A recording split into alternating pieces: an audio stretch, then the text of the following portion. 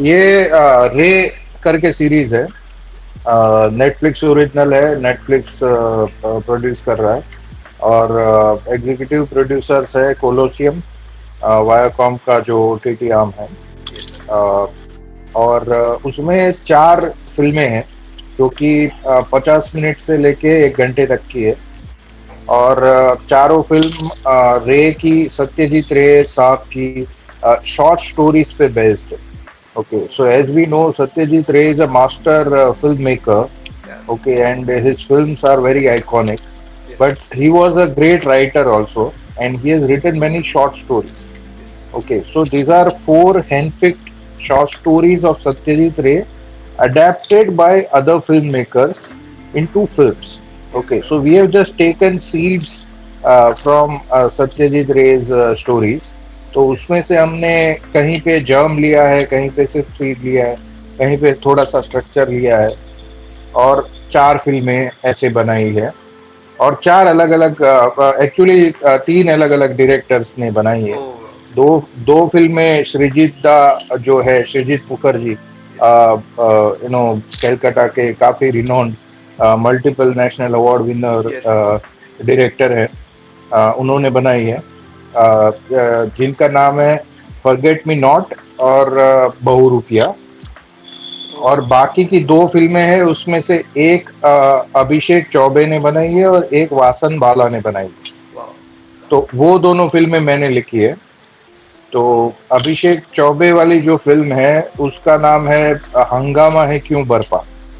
Okay, वो जो रे साहब की शॉर्ट स्टोरी थी, बरिन बहुमिक्स एलिमेंट, उसका इंग्लिश में नाम है। बंगाली नाम बोलने की मैं जरूरत नहीं करूंगा क्योंकि मैं बंगाली नहीं हूँ। हाँ, यस। तो so that short stories name is Barin Bhowmick's ailment, और हमने उसको पूरा एक अलग कॉन्टेक्स्ट में, ये हमारा इंटरप्रिटेशन है हंगामा है क्यों बरपा जो फिल्म है। तो it's a very light-hearted, satirical look on, human morals, and it has Manoj Vajpayee and Gajraj Rao in it, वाह। and it also has Raghuveer Yadav and other good actors. So yeah, I mean that is Hangama Q Barpa. I think that is the most special film for me. मेरी मैं कह सकता हूँ कि आज तक की लिखी हुई सारी फिल्मों में से ये एक स्पेशल है, क्योंकि जब मैंने गाने लिखना शुरू किया, यस सर। उसके पहले I was introduced to Mirza Ghalib by my मामा। तो मुझे याद है 11th स्टैंडर्ड में था, और पहली बार मैंने जो गुलजार साहब की सीरियल थी मिर्जा गालिब, उसकी 2 कैसेट्स थी, पार्ट 1 पार्ट 2। और जगजीत सिंह का म्यूजिक था, उन्होंने, और जगजीत सिंह, चित्रा सिंह, विनोद सहगल, इन सब ने वो गजलें गाई। So that was my introduction to Urdu literature, first introduction. So then I went on to read, after Ghalib, Mir, and Zog and Faiz and Ali Sardar Jafri, and all those progressive writers, and that was only about the poetry. Then I started reading, Urdu literature also. ओह वाह। So there is, because मैं तो गुजराती हूँ, मैं गुजरात में रहता, मुझे उर्दू लिपि पढ़नी नहीं आती। हाँ। Okay, but yes. I used to read whatever was available in Devanagari, and you know, slowly became the fan of it. तो उसमें एक, जो कि अर्ली 19th सेंचुरी के सबसे उर्दू लिटरेचर के 2 सबसे अच्छे ह्यूमरिस्ट माने जाते हैं।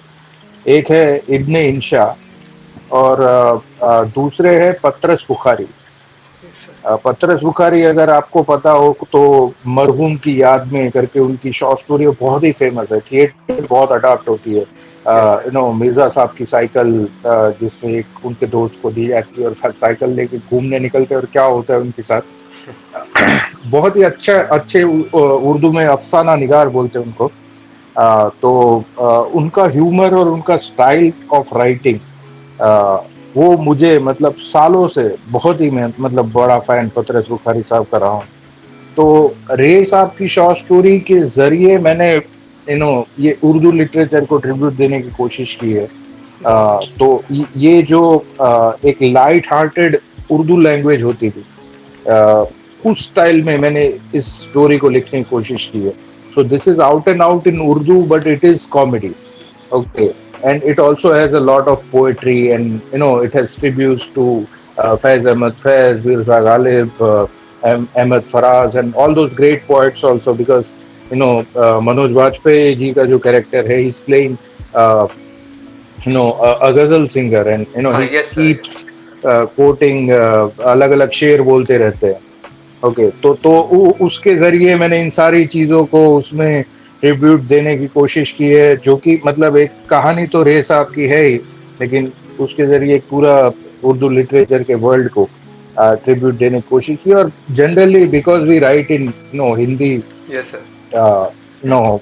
serials and films, and we don't get to express ourselves fully in terms of languages. Yes, okay, sir. क्योंकि हमको लैंग्वेज वही रखनी पड़ती है जो उन किरदारों की लैंग्वेज, कि मतलब Exactly. असुर है तो असुर में वो दोनों क्रिमिनोलॉजिस्ट है। Yes, okay, sir. They are forensic scientist. तो वो उनकी जो लैंग्वेज होगी वो उनकी लैंग्वेज होगी, they will speak in English, because वो चीजें आप हिंदी में बोल नहीं सकते।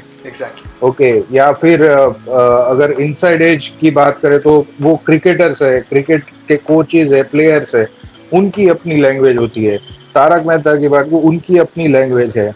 बाला की बात करें तो बाला में कानपुर के कैरेक्टर्स है, तो Hmm. उनकी एक अपना लहजा है कानपुर का, कानपुरिया एक अलग ही एक्सेंट है। Exactly. ओके, जो कि लखनवी हिंदी से भी काफी अलग है। Yes, sir. ओके, तो मतलब उसके वर्ड्स, उसका लहजा, वो सब एक्सप्रेस करने का मुझे उसमें मौका मिला था।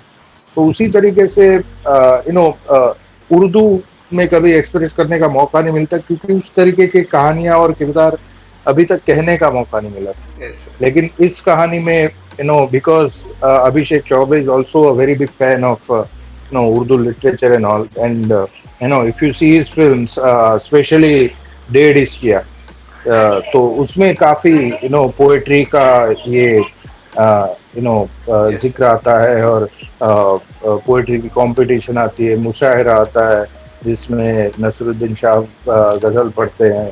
Yes, sir. मनोज पावा जो है वो खुद उसमें एक पोएट बने हैं, और तो Yes, sir. मतलब उसमें काफी रेफरेंसेस है पोएट्री के। ओके, तो is a big fan of such Urdu literature and poetry and all, and it was a match made in heaven, and first time we jammed together and we decided कि ऐसे लिखेंगे इस कहानी को। तो he was very excited but he was skeptical कि ये बंदा गुजराती हो के कैसे उर्दू में लिखेगा। और मैं मन में उसको मतलब हम के टाइगर की तरह सोच रहा हूँ कि अरे तुझे पता नहीं है मैं कौन। तो then I wrote it and he thoroughly enjoyed it, and of course everyone else enjoyed it. So I can't wait for that film to come out and the world to see it. Yes, sir. Okay, the second film is Spotlight in Ray's anthology, and तो Spotlight कहानी का नाम भी Spotlight ही है जो रे साहब की है। Oh. And basically it's an ego clash between an actor and a religious figure. Okay, तो एक एक्टर है जो कि एक जगह पे आता है और उसको ऐसा लगता है कि स्पॉटलाइट मेरे ऊपर ही आनी चाहिए। Okay, because he is so used to it कि हमेशा लोग उसकी तरफ देखते हैं। No, that's why we call them stars, because people look up to them and you can't Yes, sir. Reach them, and they are so self obsessed because उनको हमेशा आदत है लाइमलाइट में रहने की, स्पॉटलाइट में रहने की। और तभी एक रिलीजियस गुरु आता है और उसको पता चलता है कि यार सब इसको देख रहे हैं, मुझे कोई देख ही नहीं रहा है। ओके, और उसकी लाइफ में क्या एक कॉन्फ्लिक्ट पैदा होता है, and how it pushes him to the brink of going mentally insane, उस लेवल तक। और काफी एक्सपेरिमेंटल तरीके से, बिकॉज अगर आपने वासन बाला का काम देखा है तो वो काफी इनोवेटिव फिल्म मेकर है, उनकी काफी एक अलग स्टाइल है। Yes, sir. और उस तरीके से उसको इंटरप्रेट किया गया है, जो कि काफी नॉन कंफॉर्मिस्ट और non purist way of film making है। तो it's a very experimental piece, it's a very innovative piece, as you can say, but since it is for Netflix, it is not for theatrical release. It's for a niche audience and all. I think it will find its audience also, and it Yes, has great cast: Harshvardhan Kapoor, Radhika Madan, Lavleen Mishra, Akanksha, Ranjan Kapoor, and Chandan Roy Sanyal. So very good actors are also there in that film. So yeah, really looking forward to both the films, and I hope uh, they get received well. yes, And the other piece that I'm eagerly waiting, and we have finished shooting, is Bhedia. Okay, oh, so 2 months back, we started shooting in. 3 months back, we started shooting in Arunachal Pradesh. So it wow, is probably the first film to be exclusively shot in Arunachal Pradesh, and I think 90% of the cast is also from Arunachal Pradesh, and all the locations are from Arunachal Pradesh, and it talks about the divide between east and the western parts of India, and also it's a adventure hello. it has hello. Yes, sir. थोड़ा network का issue था. Sir, please हाँ. continue, sir. So it has Varun Dhawan and Kriti Sanan and Deepak Dobriyal, Wow, yes, Abhishek Banerjee, and of course it's my second collaboration with Amar Kaushik, who directed Bala. So and the film has turned out really well, and I'm really excited to that film to release, because it will release next year. I think in April it will release. okay, sir. So Sir, yeah, so that's amazing, this, sir. And हम yeah, like अभी फिलहाल तो sir मैं रे के लिए बहुत excited हूँ. Like it's gonna come on yeah. 25 June. Sir मेरा आपसे नेक्स्ट सवाल ये है कि Hmm. आपका सत्यजीत राय से इंट्रोडक्शन कैसे हुआ आपकी लाइफ में? See, I grew up in non-internet era, so my first introduction was in a film festival. I went there, and it was a film festival of Bengali authors. So I saw films of Ray and Katak and all those masters, and Yes, sir. Megeta Katara and Pathir Panchali and Yes, sir. Subarna Rekha and Paros Pathor, and I was simply blown away that this is like amazing. And slowly I started discovering, because at that time the avenues were very less, and if Yes, you sir. could get hold of a DVD or a CD of a Ray film, okay, you were considered very fortunate.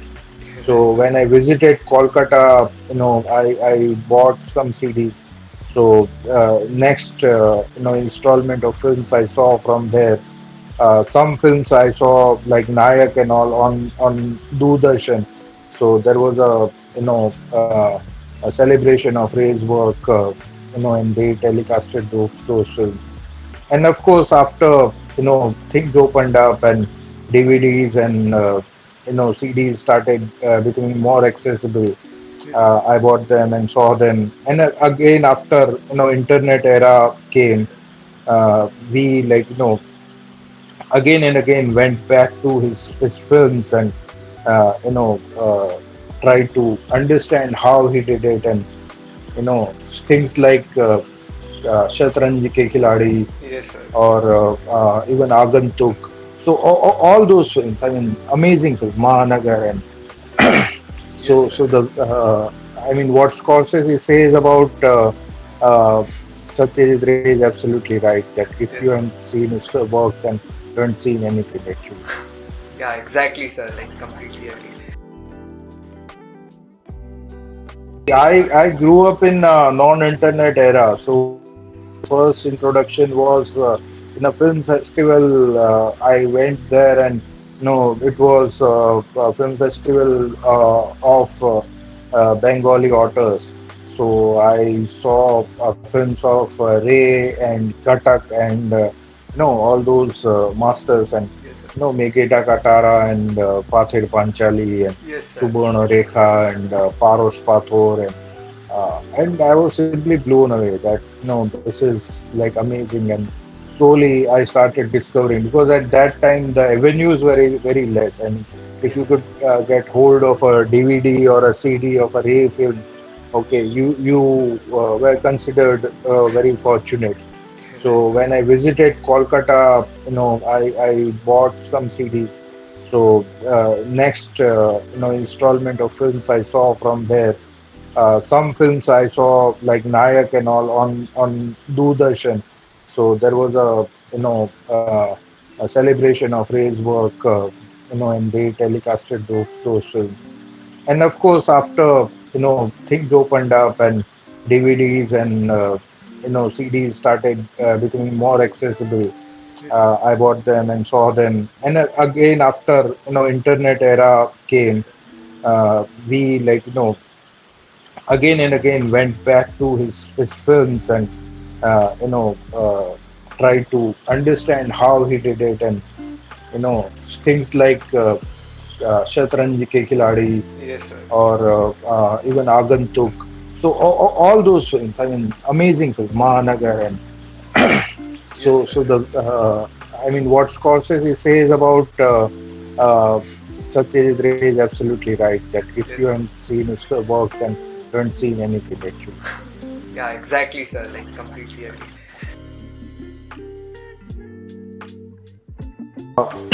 देखिए, मैंने decide किया था कि if it is an adaptation, it is an adaptation.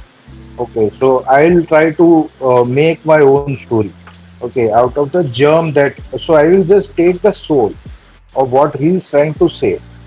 Okay, and then I'll create a completely new thing, because फिर बाकी अगर उसी कहानी को हम लोग नो स्ट्रिक्टली अगर उसके इर्द गिर्द ही रहते, तो होता क्या कि हर कहानी हमें बंगाल में सेट करनी पड़ती या Yes, sir. कोलकाता में सेट करनी पड़ती और उसी टाइम में सेट करनी पड़ती, जिस टाइम की उसमें उन्होंने लिखी है. ओके, तो फिर वो अडेप्टेशन रह नहीं जाता. तो इसलिए हमने डिसाइड किया था कि will just take the soul of the story and completely rework it. So it is our interpretation, and we are trying to do something absolutely new by taking what he wanted to do. Yes, sir. Okay, not what he did. Okay, जो उन्होंने लिखी है वो कहानी तो उनकी है, Yes, ये sir. कहानी हमारी है. सिर्फ हमने वो लिया है, वो जो जो कहना चाहते थे, जो उसका सोल था, जो उसका मीनिंग था, Yes, sir. उसको हमने अपने तरीके से एक्सप्रेस करने की कोशिश की. Yes sir. सो मेरा आपसे नेक्स्ट सवाल ये कि जो हम्म, आप जैसे एज ए टीम वर्क करते हैं, राइटिंग टीम होती है आपकी, हम्म, हम्म, तो हम्म. आप कोऑर्डिनेट एंड कम्युनिकेट कैसे करते हैं? मतलब बहुत दिक्कत नहीं होती होगी सर कि एक बंदे का विजन कुछ और कहता है और दूसरे हाँ, आदमी का विजन कुछ और कहता है, तो नहीं, जब देखिए, ये फिल्म मेकिंग जो है डायरेक्टर्स मीडियम है. So writer is suppose to communicate to director. Okay, and he needs to be no very sure that director understands his vision. Okay, so in this process, I was fortunate that both my directors are writers, great writers in themselves. I mean, Choubey ने इश्किया लिखी है, और डेढ़ इश्किया लिखी है, उड़ता पंजाब लिखी है, सोन चिड़िया लिखी है, और ओमकारा लिखी है. So he is a great writer in himself. Okay, and even Vasan has written, like Raman Raghav and Bombay Velvet and many films. I mean, he was a part of Lunchbox also, and so he is a writer also. But when I collaborate with them, I make sure that they understand my vision. It was very easy because they kept on adding to my vision. जो मैं लिखना चाहता था उस पे उन लोगों ने काफी उनके भी काफी इनपुट्स रहे, और इसलिए I was very sure that it will come out the way I want, or no, at least not if that the way I want, or better. Okay, तो उन्होंने एक्चुअली बेटर ही किया है जो लिखा था उसको. So I am very fortunate to have those guys as directors in this one. And I have always been very fortunate. I mean, working with Amar Kaushik is also like that, because मैंने जितना लिखा है उससे वो 5 पैसा ज्यादा ही उसका output होता है. कभी 50 पैसा ज्यादा होता है, कभी 5 पैसा. तो मतलब वो जब आता है स्क्रीन पे तो मैं भी खुश हो जाता हूँ कि यार जो इमेजिन किया था उससे भी बेटर होके आया.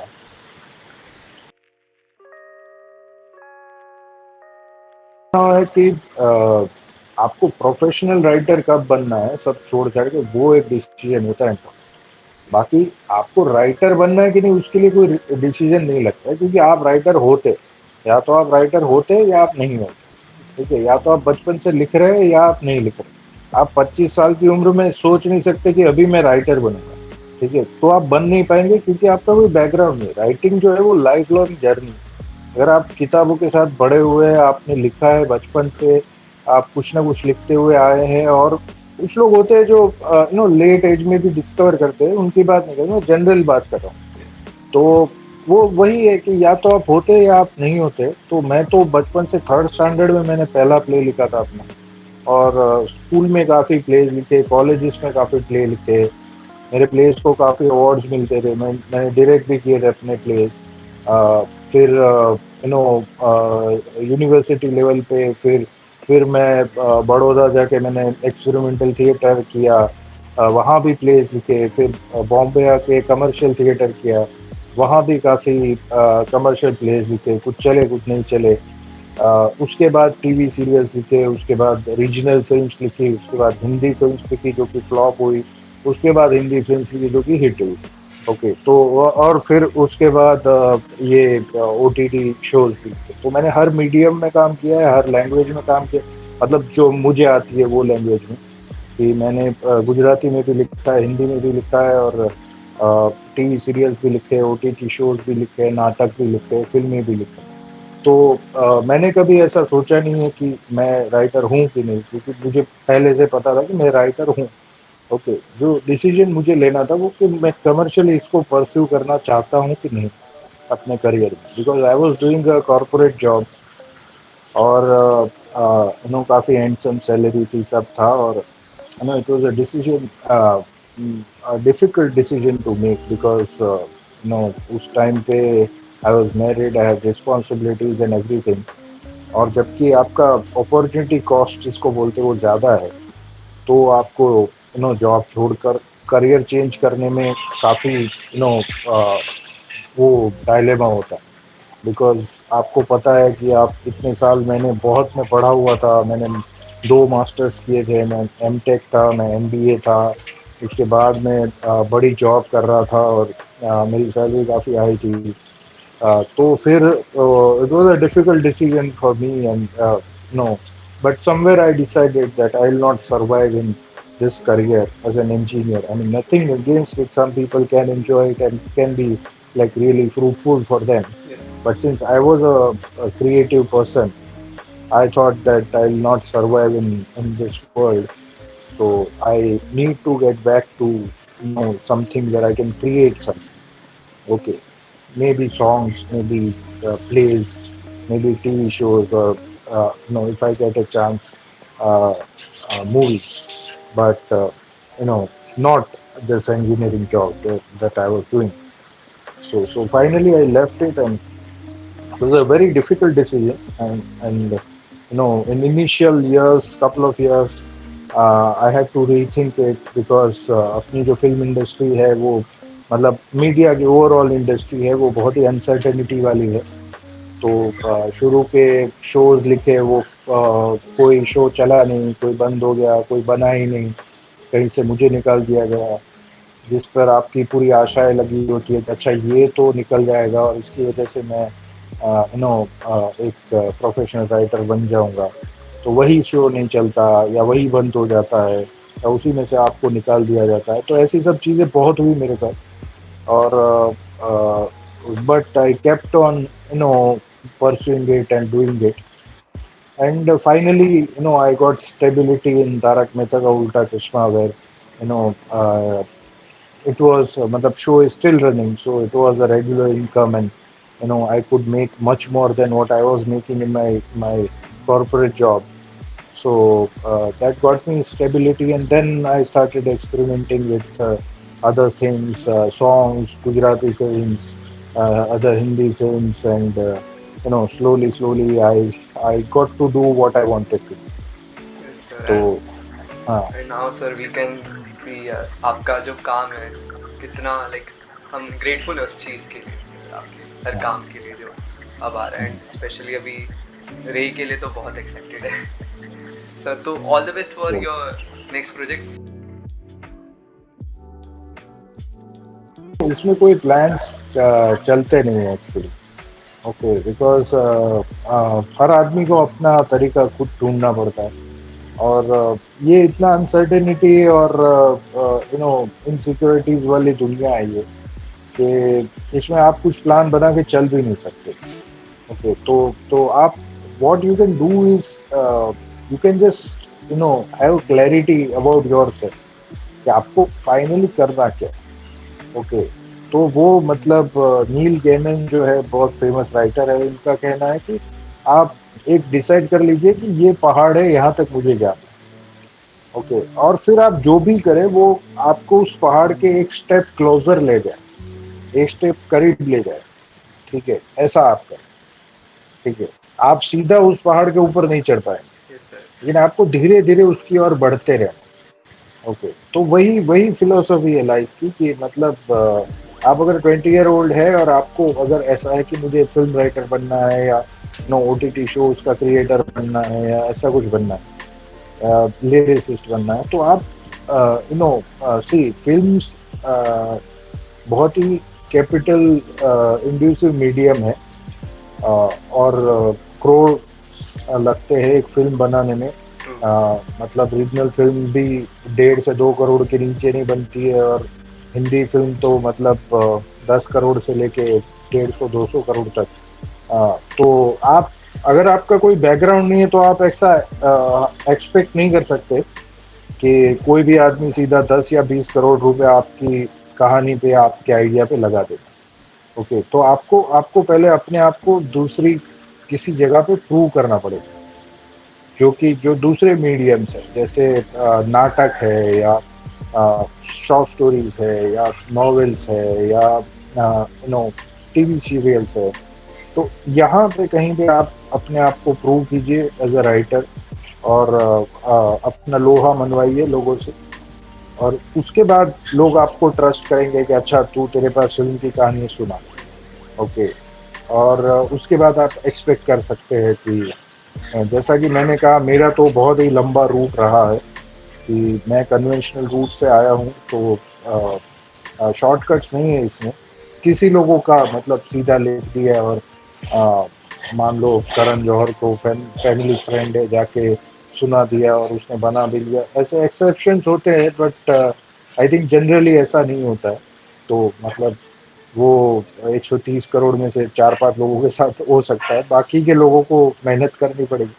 और एक्चुअली वो जो शॉर्टकट से जाते हैं वो ज़्यादा सर्वाइव भी नहीं होंगे, क्योंकि उनके पास एम्यूनिशन नहीं होता है, क्योंकि उनके पास वेयरविथॉल जो बोलते हैं लिखने के लिए, कि आप जितने ज़्यादा लिखते हैं आपकी कलम गाढ़ी होती जाती है। तो वो गाढ़ी नहीं होती उनकी कलम, और अगर अगर सीधा ही ब्रेक मिल गया, हो सकता है कि पॉपुलर हो जाए, बट वो ज़्यादा सस्टेनेबल नहीं होता, वो ज़्यादा मीनिंगफुल नहीं होता, ज़्यादा फुलफिलिंग नहीं होता उनके लिए भी।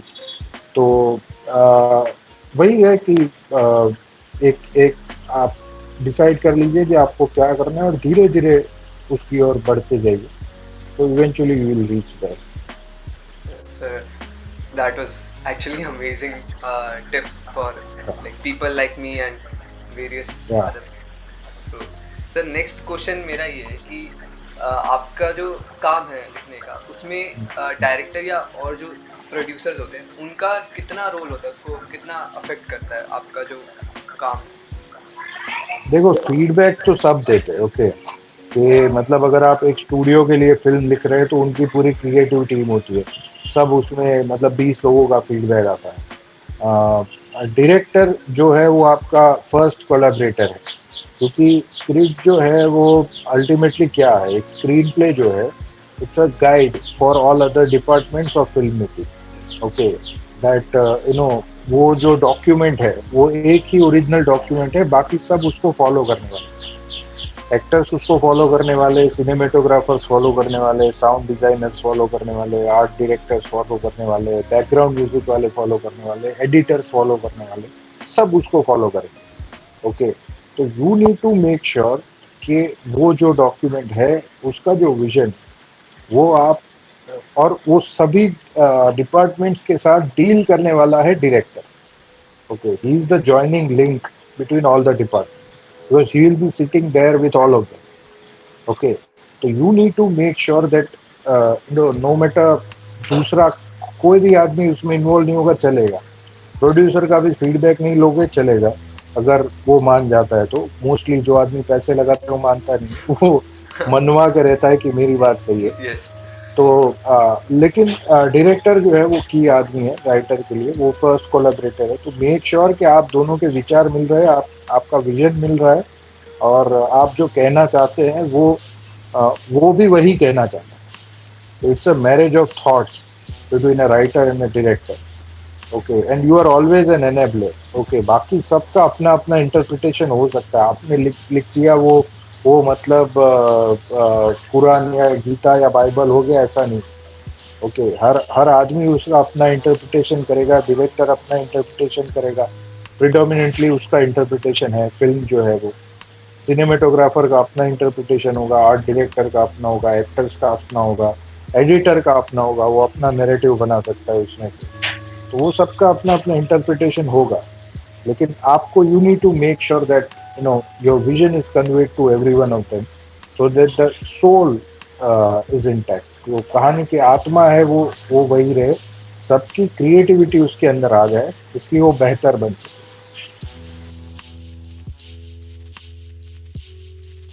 देखो हर इंडिपेंडेंट फिल्म मेकर जो है वो आगे जाके कमर्शियल फिल्म मेकर बनना चाहता है. ओके, और जैसे मैं अमर कौशिक का तुमको एग्जांपल देता हूँ कि उसने खुद के 3 लाख 4 लाख रुपए लगा के आबा नाम की शॉर्ट फिल्म बनाई. ओके, जो कि उसने अरुणाचल प्रदेश में शूट की और उसमें नॉन एक्टर्स है और वहाँ के ट्राइबल्स और जो कि वहाँ की जो लैंग्वेज है वहाँ के आदिवासियों की आपातानी लैंग्वेज जिसको बोलते हैं उसमें है वो काम. ओके, और आबा जो है उसको नेशनल अवार्ड मिला था बेस्ट शॉर्ट फिल्म का और दूसरे 75 इंटरनेशनल अवार्ड्स. ओके, और उसके ऊपर से उसको फिर स्त्री डायरेक्ट करने का ऑफर मिला.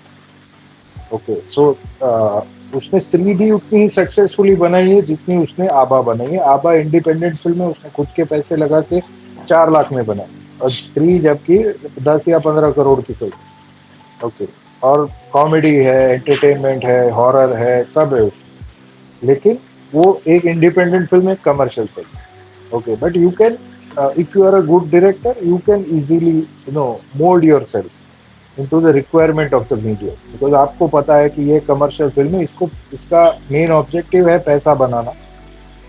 ओके, तो बाकी सब आप करें बाद में करें, अवार्ड मिले ना मिले, ये मिले ना मिले, लेकिन पैसे तो इसको बनाना पड़ेगा. ओके, और एटलीस्ट जो जितना लगा है उतना तो बनाना ही पड़ेगा. कि 10 या 15 करोड़ जो भी लगा है, योर फर्स्ट रिस्पॉन्सिबिलिटी इज कि इतना रिकवर हो जाए.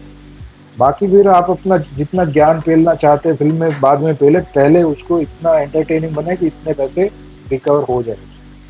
ओके, तो वो अगर डायरेक्टर समझता है, मीडियम को अंडरस्टैंड करता है, तो I think you can easily do it. And there is no rocket science. It's ultimately at the end of the day storytelling ही है, कहानी सुनानी है, विजुअल तरीके से सुनानी. There are techniques involved, there is craft involved and लेकिन वो काम करते करते धीरे धीरे आ जाता है. अमर को आता था because before directing his short film वो 10 साल तक असिस्टेंट डायरेक्टर रहा था. वो ओनेर का असिस्टेंट डायरेक्टर था, वो राज एंडिके का असिस्टेंट था, वो माजिद मजीदी का असिस्टेंट था बियॉन्ड द क्लाउड्स में. तो उसने 10 साल तक वो असिस्टेंट रहा, उसने उसका क्राफ्ट सीखा, उसने डायरेक्शन सीखा और उसके बाद उसने अपनी शॉर्ट फिल्म बनाई. उसके बाद वो कमर्शियल फिल्म में था. जैसे वासन वाला अनुराग कश्यप का 2003 से असिस्टेंट था. ठीक है, और अब जाके वो इंडिपेंडेंट फिल्म 5-6 साल से बना रहा है. ओके, तो वो भी 10 साल असिस्टेंट रहा है. बहुत सारे ऐसे एग्जाम्पल्स है. प्रोसित रॉय है जो कि जिसने परी बनाई थी और पाताल लोक का डायरेक्टर है. वो भी मतलब 10 साल तक असिस्टेंट रहा है लोगों का. काफ़ी अलग अलग लोगों को असिस्ट किया उसने, आशुतोष तिवारी करके सबको. तो मतलब आपको कहीं पे सीखना पड़ता है क्राफ्ट डायरेक्शन का. वो ऐसी चीज़ नहीं है कि आपको ऑटोमेटिकली आ जाएगी. इवन दो आपने अगर फिल्म स्कूल में भी आप गए हैं, कोई एफटीआई में गए या न्यूयॉर्क फिल्म स्कूल में गए, कहीं भी गए आप, लेकिन प्रैक्टिकली आपको एक्सपीरियंस करना पड़ेगा कि कैसे फिल्म बना। और दूसरा रास्ता है कि आप अपनी शॉर्ट फिल्म्स बनाएं और उनको अगर नेशनल या इंटरनेशनल रिकग्निशन मिले तो आपको ज़्यादा उसमें अपॉर्चुनिटीज मिल सकती यस सर मेरा नेक्स्ट सवाल आपसे ये है कि आपको कौन सा जॉनरा सबसे कंफर्टेबल फील होता है, जिसमें आप लिखना ज़्यादा पसंद करते हैं? कोई ऐसा जॉनरा आपका? है। अब मेरा मेरा सबसे फेवरेट जॉनरा है वो मतलब सटायर है। ओके, जो कि ह्यूमन इमोशंस पे हो सकता है, पॉलिटिकल आइडियोलॉजीज पे हो सकता है, हिपोक्रेसी पे हो सकता है। जैसे बाला था, वो it was a satire in a way, okay, on how hypocrites we are. Okay, कि एक आदमी है जो कि खुद गंजा है फिर भी उसको बुरा दिखने वाली चीजें पसंद नहीं, ठीक है, वो भी एक काली लड़की का मजाक उड़ाता है कि अरे इसका कॉम्प्लेक्शन देखो, और यू नो ये तो डामर का रंग है, ये है कुच्चा है, और खुद को देख के वो शर्माता है, मेरे बाल झड़ गए, मैं ऐसा नहीं दिखता। तो वो मतलब इन अ वे हिपोक्रेट है जो कि अपनी पूरी सोसाइटी है। ओके, तो it was a satire on that how we look at beauty and perceive beauty in our life and how hypocrites we are, that even though we are not like best lookers in the world, we look down upon people who are not conventionally good looking. तो वो भी जैसे भेड़िया भी है, वो भी एक nature के ऊपर सटायर है, how we always value infrastructure and development and all those things more than the environment, and preserving the environment, how important it is, and how our policies have hurt nature and how we are paying for it. Okay, तो वो उस तरीके का satire है। so that is, I mean, something that I'm comfortable doing और मुझे मज़ा आता है। बाकी मैं मतलब थ्रिलर्स भी लिख लेता हूँ, उसमें भी मुझे मज़ा आता है, एंड हॉरर भी लिख लेता हूँ। मैंने वो सारे जॉनरा एक्सप्लोर किए हैं, and I like exploring other genres also. I'm writing a very hardcore humanist film which records a period of time which was very cruel in human history, or Indian history, where thousands of people were killed, and it's a story of that period. So उसमें कोई humour नहीं है, कुछ नहीं है, but it's just hardcore, hard hitting, you know record of those times. So I'm also trying to do those kind of things. अगर आप writer है, आपको अलग अलग चीज़ें एक्सप्लोर करनी चाहिए, और तभी आप अपने आप को टाइप कास्ट होने से बचा सकते हैं, ऐसा मेरा मानना है। Some people are comfortable in their own genres and they just keep doing stuff in their own genre. तो to each his own, I mean, सबको अपना अपना सबका तरीका होता है, सबका प्रोसेस होता है।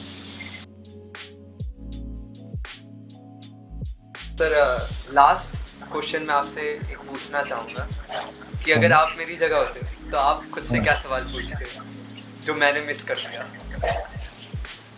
नहीं, आई थिंक तुमने सब जितना कवर होना चाहिए सब कवर कर लिया है। तो काफ़ी इंटरेस्टिंग सवाल पूछे तुमने। तो मैं तुम्हारी तरह जगह होता तो अभी सेटिस्फाइड होकर कि मैंने काफ़ी सब कवर कर लिया है। I think I covered all the basis, past, present, future. तो हाँ, एक लिरिक्स के बारे में रह गया है अपना बात करना। यस सर, मतलब सर मैं ये लाइक पर्सनल मेरा व्यू है, गोरी राधा ने काड़ो कान लाइक मास्टरपीस है मेरे लिए। तो सर उसकी कुछ आप कहानी, कुछ उसके रिलेटेड कुछ आप अगर शेयर करना चाहें हमारे साथ। नहीं, देखिए, ये अगेन, आई मीन, गोरी राधा ने काड़ो कान हो या बालम हो या काफ़ी सारे गाने जो मैंने लिखे हैं, जो कि आइकॉनिक सॉन्ग्स बन के उभरे। गोरी राधा ने काड़ो कान जो है वो तो बहुत लोग मानते हैं कि फोक सॉन्ग, क्योंकि अभी ऐसा हो गया है कि दुनिया में कहीं भी नवरात्रि है, मुझे कम से कम 18 to 20 कंट्रीज से वीडियोस आ चुके हैं, मैसेजेस आ चुके हैं कि ऑस्ट्रेलिया में बज रहा है, यूके में बज रहा है, यूएई में बज रहा है, यूएस में तो हर जगह पे बजता है। Yes, sir. ओके, तो मतलब people have accepted it almost like a folk song. Okay, जबकि वो फिल्म सॉन्ग है और काफी पर्टिकुलर सिचुएशन और कैरेक्टर्स के ऊपर लिखा गया है। Okay, but I think the challenge for a lyricist is that only कि आप सिचुएशन के स्पेसिफिक और कैरेक्टर्स के स्पेसिफिक लिखे, फिर भी वो यूनिवर्सल होना चाहिए और किसी भी कॉन्टेक्स्ट में उसको सुने तो लोगों को मजा आना चाहिए। ओके, तो आज किसी को अगर रॉन्ग साइड राजू कौन सी फिल्म है और कौन सी लैंग्वेज के नहीं नहीं भी पता हो, ओके, तो भी वो इस गाने को इतना ही एंजॉय कर सकते हैं जिसने फिल्म देखी है और फिल्म में गाना एंजॉय किया। तो वही चैलेंज है as a lyricist, and I think again I been blessed with composers like Sachin Jigar और इतने बढ़िया कंपोजर्स है, और specially because they are also bound by commercial cinema and all. तो गुजराती फिल्मों में उनको एक्सप्रेस करने का मौका मिलता है, तो वो भी अपनी मदर टंग में इतना अच्छा एक्सप्रेशन उनका होता है कंपोजिशन के थ्रू कि वर्ड किसी अलग ऊंचाई पे पहुंच जाते हैं। Exactly, तो sir. या I mean it's I think it's 33% contribution of all three. 33% singer का है, 33% कंपोजर का है, 33% सिंगर का है, लिरिसिस्ट का है। तो तीनों का ये है, और अगर तीनों का इक्वली अच्छा कंट्रीब्यूशन है तब जाके अच्छा गाना बनता है। Yes, sir, exactly. सर एक सवाल मेरे से छूट गया था। हाँ, लॉकडाउन ने हमारी फिल्म इंडस्ट्री को कितना अफेक्ट किया है सर, आपको क्या लगता लॉकडाउन ने बहुत इफेक्ट किया है यार, पूरा थिएटर बंद है, अभी भी बंद है, पौने 2 साल होने को है। है? Yes, लास्ट मार्च से बंद है, अभी तक बंद है, मतलब पूरा, मतलब it has serious impact on specially theatrical releases and theatre, because अपने यहाँ इतने सारे 5,000 से ज़्यादा थिएटर्स थे, तो उतना रियल एस्टेट खाली पड़ा है, काफ़ी सारी थिएटर चेन्स बंद हो जाएगी, लोगों को ओटीटी पे फिल्में अपनी बेच देनी पड़ी, even at reduced rates and all, because उनके पास कोई चारा नहीं था, प्रोडक्शन हाउसेस को पैसा, they need money running. Okay, तो मिनिमम प्रॉफिट्स लेके उन लोगों ने बेच दिया। They those people who had bigger star maybe got more money, I don't know about the deals and all.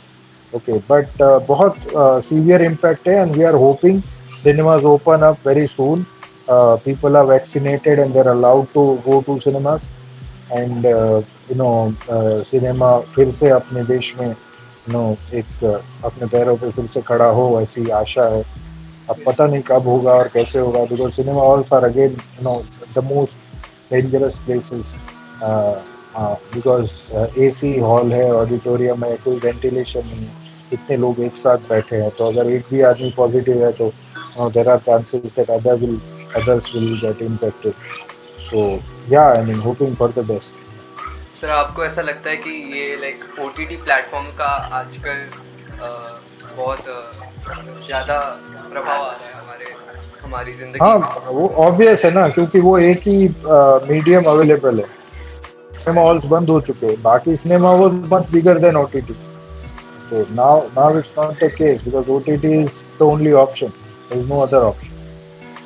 Sir तो वही कि फ्यूचर में थिएटर थोड़े खतरे में है, ऐसा आपको लगता है?